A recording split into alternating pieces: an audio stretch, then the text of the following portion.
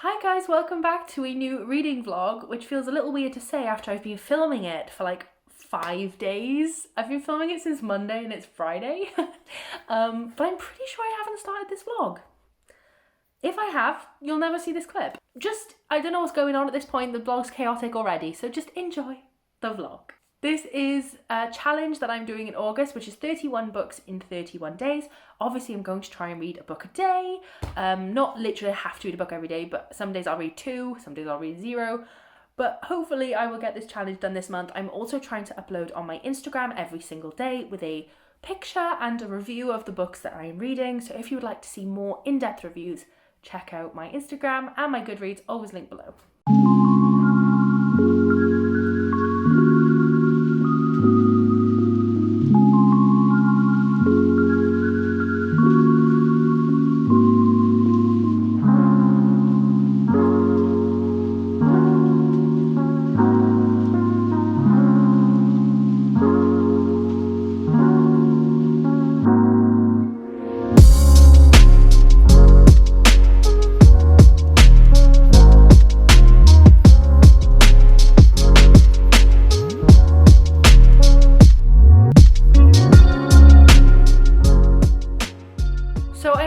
Finish another book, but I'm gonna update you on the 2 books that I've already read for this challenge because I realize I haven't yet. So it is day 5. Oh my god, it's day 5 of August and I have only read 2 books so far, which is not ideal. The first book that I read was One True Loves by Taylor Jenkins Reid, and you will have seen a clip. Maybe you won't have. Maybe you're about to see a clip. Either way, you're about to see or have seen a clip of me sobbing my heart out at this book. Wowza. Gave this a 5 stars. There is a full review of pretty much every book I'm going to be reading this month over on my Instagram. So go check it out there. Also on my Goodreads. And there'll be a really short snippet review on my Twitter with just basically 1 sentence and the star rating in a thread. If you want to keep up with the things I'm reading as they're going, just check out over there. But I did give this 5 stars. This is probably my new favourite Taylor Jenkins Reid, maybe even better than Evelyn Hugo. I just absolutely adore this story. I've read many Taylor Jenkins Reid by this point, and I've loved most of them, but Malibu Rising was meh, and Daisy Jones was great, but I think TJR needs to stick to regular people books, because the celebrity books are good, but these regular people books are just so special. She's got a real way of writing characters that just blows me away every time, and this truly did. I was crying before page 100 and I was sobbing for the last 80 pages of this book. Couldn't stop crying. It was awful. My sister was staying with me this week and my brother for a few days, and my sister was just staring at me like, are you okay? And I was like, no I'm not. I'm traumatized. So good. I don't think I ever gave you a synopsis. Basically, this woman loses her husband the day before their wedding anniversary, their 1-year anniversary, and you see her grieving with this loss, and then she meets someone else. It's actually someone she knew from childhood, her childhood best friend. They end up falling in love together and getting engaged.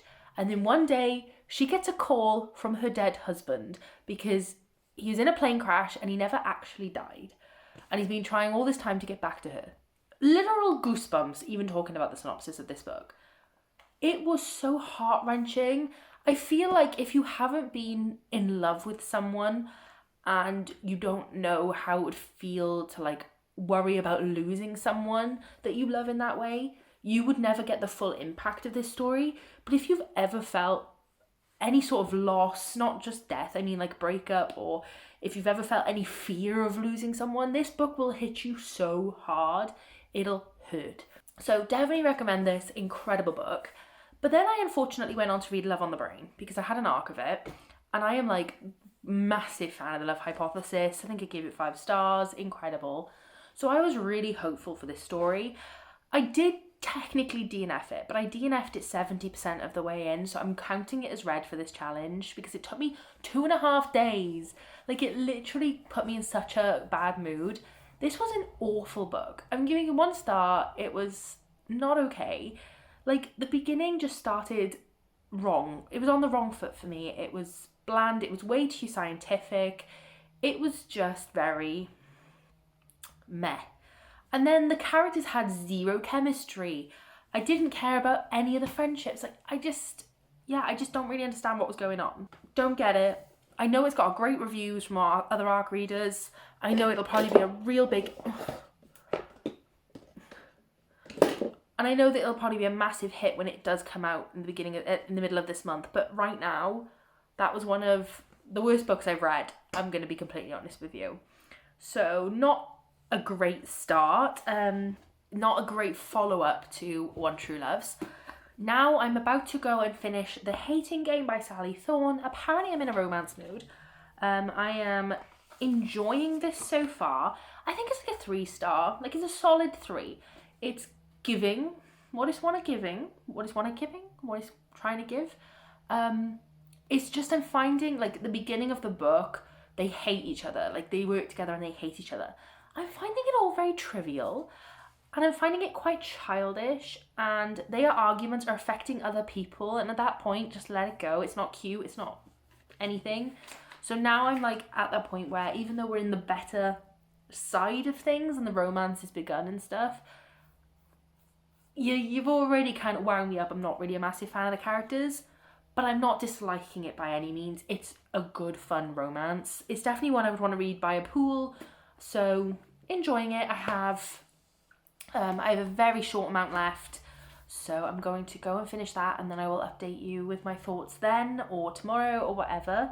But yeah, I'm on 5th day and only about to finish my 3rd book, but that is okay because we have the final support group 48-hour readathon this weekend, so I'm going to be flogging that as well. It's all about finishing ends of series or continuing with series. So I'm going to try and come up with my TBR tonight, and I will show it to you because it starts at midnight tonight until midnight on Sunday. So I'm going to film this weekend as much as I can, and then we're going to start a new vlog on Monday because I'm going on holiday on Monday, and I'm going to be trying to continue this challenge on holiday. So there's going to be a weekly vlog every week of this month about this challenge. So I hope that you enjoy this vlog series for the month. I'm really excited about it. I mean, I know I'm behind already, but like, I don't mind at all. I'm having a really good time with it. My siblings did just leave, so it's been like chaos trying to read and entertain. I went for a night away. Really chaotic month for me. This is the first time I've been in the house on my own for 2.5 weeks. And that's only because Liam's out for like a couple of hours with a friend, and the friend invited me, and I was like, no, I've got so much to do. I was like, I can't, and thank you, but no thank you. I have so much to get done today. And so I have a couple of hours to myself, and then it's back to busy weekend, busy week next week. So it's going to be good content for the vlogs. But yeah, I will keep you updated on what I choose to read next. I know I have to read that Rabbit Hutch today, so I'm hoping to finish the Rabbit Hutch today, so that I can start fresh tonight for the 48-hour readathon. Anyway, I'm gonna go. I'm rambling. I hope you enjoy this vlog. I can't believe this is the first time I've introed it.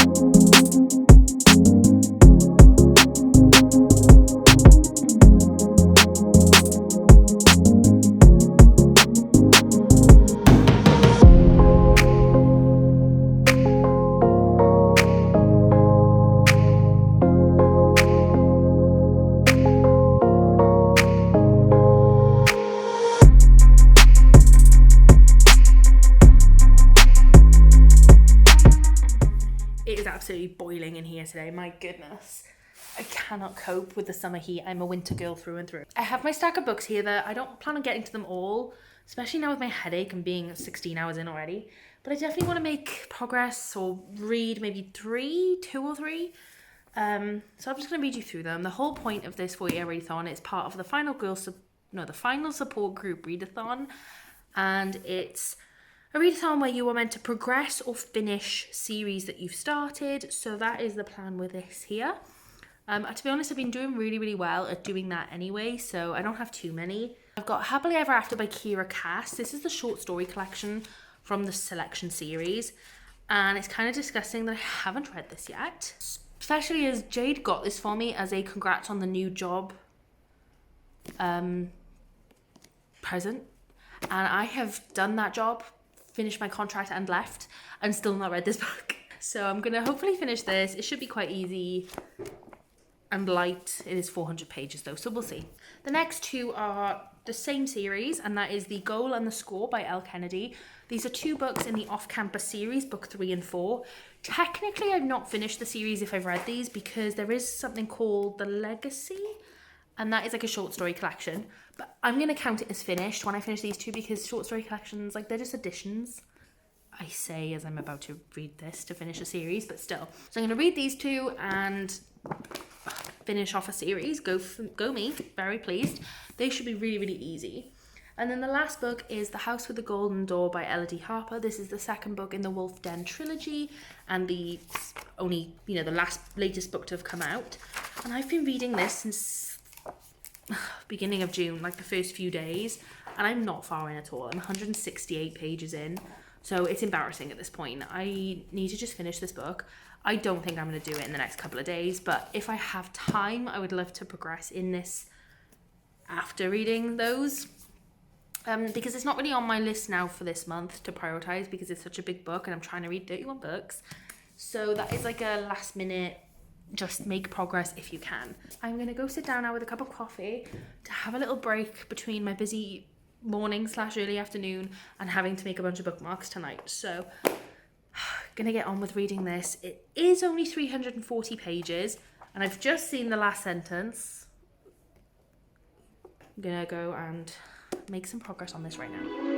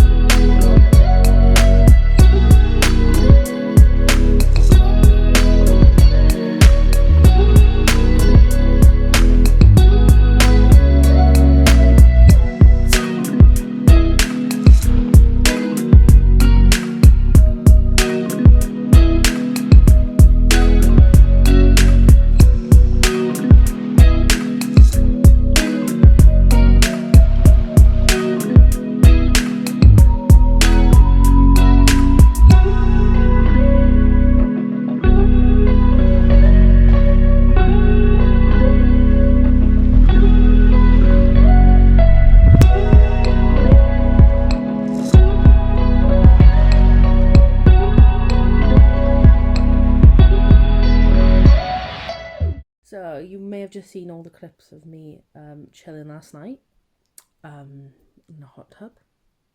Hopefully I didn't include all those clips.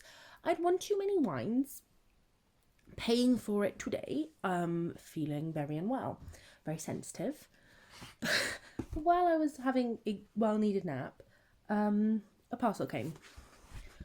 And I know exactly what it is because I ordered it myself. But I thought it'd be fun to open it with you guys anyway, as I always do. Oh my god, it actually came off for once. So proud. Confessions of an Alleged Good Girl. This is the second book by Joya Goffney. The first one is Excuse Me While I Ugly Cry, which I've also ordered, but it's not going to be here for like 2 weeks. These are on Amazon for £1. And I literally went to buy them the other day from the works for 3 for £6. So that was a really good deal. So for £1, I have ordered this book. I read the synopsis when I was going to buy them, and the reason I put them down is because I thought they do sound a little bit cringy. So I did put them down in the end, but I think for £1, I'm willing to accept a bit of cringe. And they're really cool covers as well. So yeah, that's my parcel. And now I'm going to go back to going for a nap because I still don't feel very well.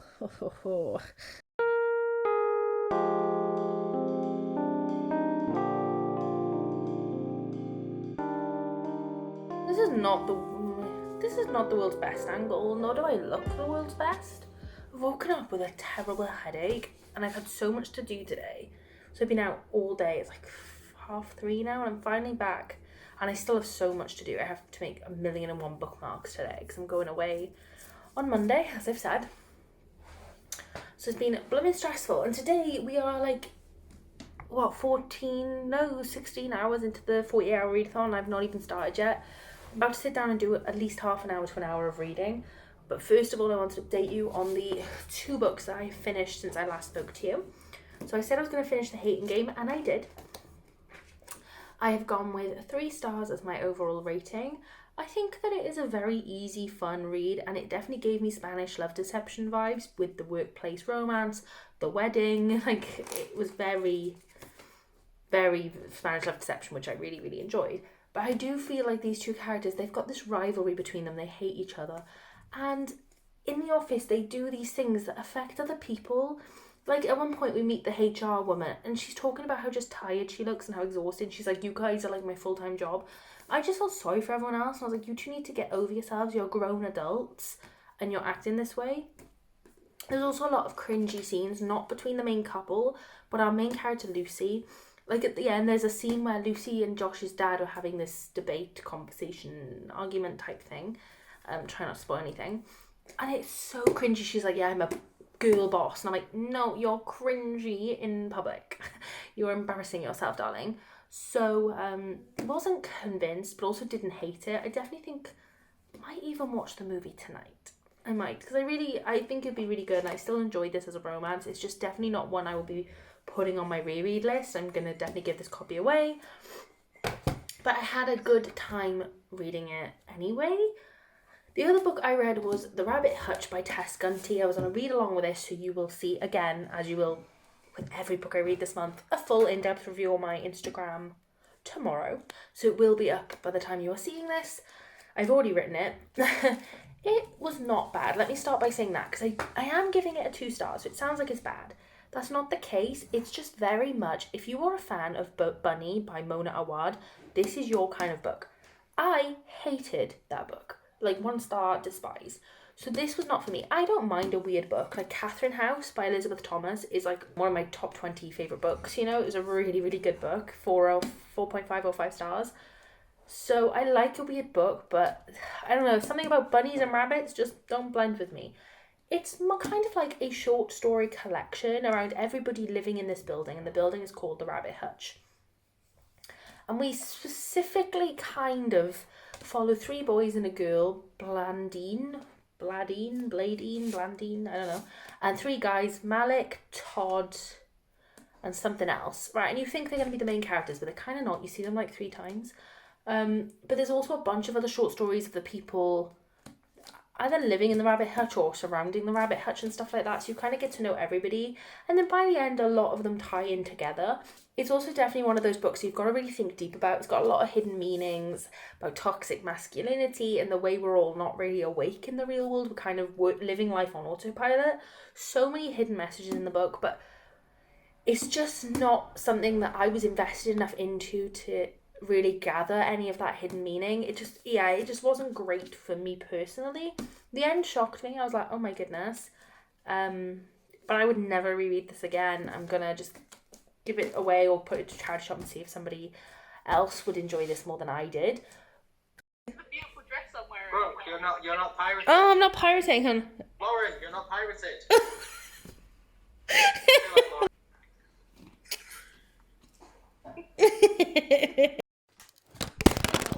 Whoa, that one good. So I never ended this vlog, so I'm going to wrap up the vlog here. But anyway, thank you so much for watching this slightly chaotic vlog.